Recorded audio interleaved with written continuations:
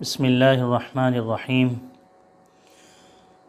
الحمد لولیہ والصلاة علی نبیہ محمد وآلہ وصحبہ اما بعد۔ ادارہ تربیت المعلمین کی جانب سے محتمم صاحب کی ذمہ داریوں سے متعلق ہماری بات چیت چل رہی تھی۔ اسی کے ذیل میں محتمم صاحب کی جو ذمہ داریاں ہیں اس میں ایک اہم ترین ذمہ داری کہ وہ جو اموال اور جو رقوم اپنے ادارے کے لیے مختلف مدات کی صورت میں خرچ کرنے کے لیے آیا کرتی ہیں، اس سلسلے میں ہماری بات چل رہی تھی، اور اس کی آمدن اور اس کے اخراجات، جس کو ہم چندہ کہتے ہیں۔ ڈونیشن ان دینی اداروں میں آیا کرتا ہے اور اپنے مصرف اور اپنے مدات کی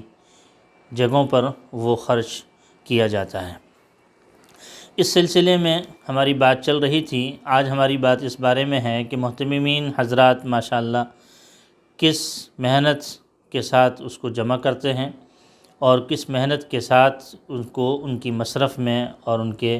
مصارف میں اور اپنی مدات کے اندر ان کو خرچ کیا جاتا ہے، اس بات کے وہ انتہائی شکریہ کے مستحق ہیں۔ دیکھیں، ہمارے جتنے بھی اہل مدارس اور علماء کرام ہیں، انہوں نے مسلمانان عالم کی ذمہ داری اپنے اوپر لی ہے۔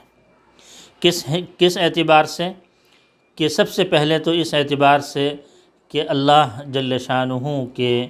کلمے کو بلند کرنے کے لیے، علوم نبوت کی حفاظت اور اس کی بقا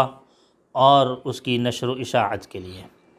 اور یوں سمجھ لیجئے کہ دنیا کائنات کے اندر جو کوئی بھی جس طریقے سے بھی جس عنوان سے بھی، چاہے وہ مسلمان ہو چاہے وہ کافر ہوں، اس میں کوئی تمیز نہیں، کسی بھی اعتبار سے ان کو کسی بھی وقت کسی بھی لمحے کوئی بھی ایسا کوئی علم یا شریعت کا مسئلہ یا کوئی بھی جزیہ، کوئی بھی علم کسی بھی قسم کا کسی بھی شعبے سے متعلق ان کو اس کی ضرورت ہو، تو ان علماء کرام پر فرض ہوتا ہے کہ وہ اس کی رہنمائی کریں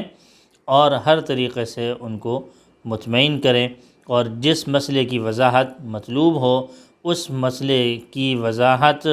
بہت اچھے انداز سے کریں کہ اس میں کسی قسم کا کوئی سقم، کوئی ضعف نہیں پایا جانا چاہیے۔ اور پھر اسی سلسلے میں مختلف مدات میں اللہ جل شانہ ان کو چندے کی صورت میں رقوم عطا فرماتے ہیں اور اس کا حساب کتاب رکھتے ہیں، اس کی حفاظت کرتے ہیں اور صحیح مصارف میں اور مدات میں خرچ کرنے کا اہتمام کرتے ہیں۔ یہ تمام امور ایسے ہیں کہ جو کہ بہت ہی زیادہ آسانی سے نہیں ہوا کرتے، بلکہ ان کے لیے بہت انتھک کوشش، بہت تگ و دو کی جاتی ہے، جن کا بہت ہی زیادہ باقاعدہ انتہائی خوبی کے ساتھ اس کا اہتمام کیا جاتا ہے، اور اس اہتمام کی بنا پر اور اس احتیاط کی وجہ سے اہل مدارس اور علماء کرام انتہائی شکریہ کے مستحق ہیں۔ ہمارے جتنے بھی دوست اور بزرگ حضرات، ہمارے مرد خواتین، اس سلسلے میں سب کو یہ بات جان لینا چاہیے کہ یہ ایک بہت بڑی ذمہ داری ہوا کرتی ہے، اور اس ذمہ داری کے پیچھے صرف ان کی ذات نہیں بلکہ پورا ادارہ، بلکہ پورا ایک باقاعدہ شعبہ ہوا کرتا ہے جو کہ اس کے لیے کوشش کرتا ہے، اور الحمدللہ کئی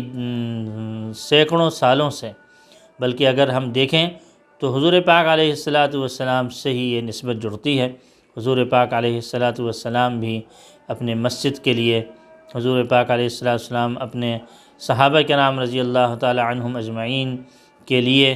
اور مختلف جو وہاں پر تعلیم اور تعلم کے سلسلے سے منسلک تھے، ان صحابہ کے لیے آپ صلی اللہ تعالی علیہ وسلم اعلان بھی فرمایا کرتے تھے، اور صحابہ کرام رضی اللہ تعالی عنہم اجمعین اپنے استطاعت کے بقدر ان کے ساتھ تعاون بھی کیا کرتے تھے۔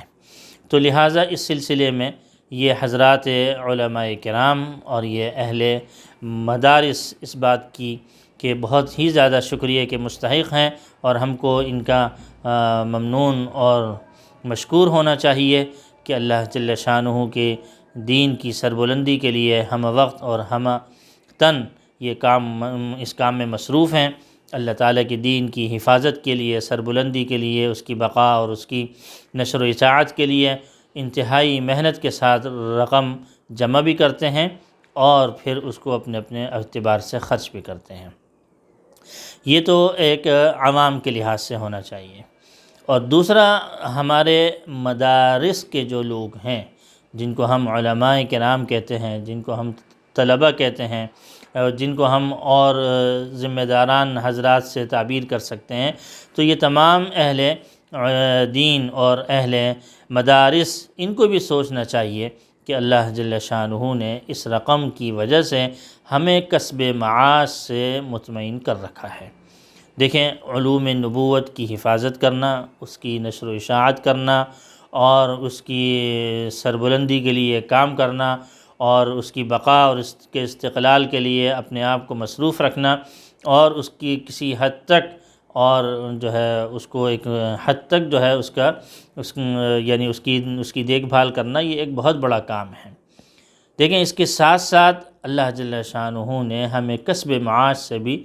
جو ہے وہ مطمئن کر دیا اور آزاد کر دیا۔ کسب معاش ایک ایسا مسئلہ ہے کہ جس سے ہم مستغنی نہیں ہو سکتے۔ ظاہر ہے کہ ہماری ضروریات جو ہیں وہ اس کے ساتھ، اپنی زندگی کے ساتھ ہیں۔ اس زندگی کو لے کے چلنے کے لیے کسب معاش کرنا ہی پڑتا ہے، لیکن اللہ جل شانہ نے اسی کام کے ساتھ ہی کسب معاش سے بھی ہمیں مستغنی کر دیا، اور اسی کے ذریعے اللہ جل شانہ ہماری ضروریات بھی پوری کر رہا ہے۔ تو اہل مدارس اور علماء کرام کو بھی اس بات کا سوچنا چاہیے، اور اس اعتبار سے اللہ جل شانہ کا انتہائی شکر ادا کرنا چاہیے کہ دیکھیں، ایک وقت میں ایک شخص کے لیے پورے انہماک کے ساتھ دو کام کرنا ممکن نہیں ہے، لیکن اللہ جل شانہ کا انتہائی فضل و کرم ہے کہ ایک ہی وقت میں دو کام ہو رہے ہیں، جس میں اہل مدارس ماشاءاللہ اور علماء کرام اپنے وسعت اور اپنے حالات کے اعتبار سے دین کی خدمت بھی انجام دے رہے ہیں، دین اور شریعت اور اعلاء کلمت اللہ بھی کر رہے ہیں، اور اس کی حفاظت بھی کر رہے ہیں، اس کی نشر و اشاعت بھی کر رہے ہیں۔ یہ ایک الگ کام ہے، اور اسی سے ہی ان کی ضروریات کی تکمیل بھی اللہ جل شانہ نے منسلک فرما دی ہیں، اور کسب معاش سے مطمئن کر دیا ہے۔ تو لہٰذا عوام الناس کو بھی اور خواص کو بھی، سب کو اس بات کا شکریہ ادا کرنا چاہیے، متممین حضرات کا اور اللہ جل شانہ کا بہت ہی زیادہ شکر ادا کرنا چاہیے۔ اللہ جل شانہ عمل کی توفیق عطا فرمائے۔ وآخر دعوانا ان الحمد للہ رب العالمین۔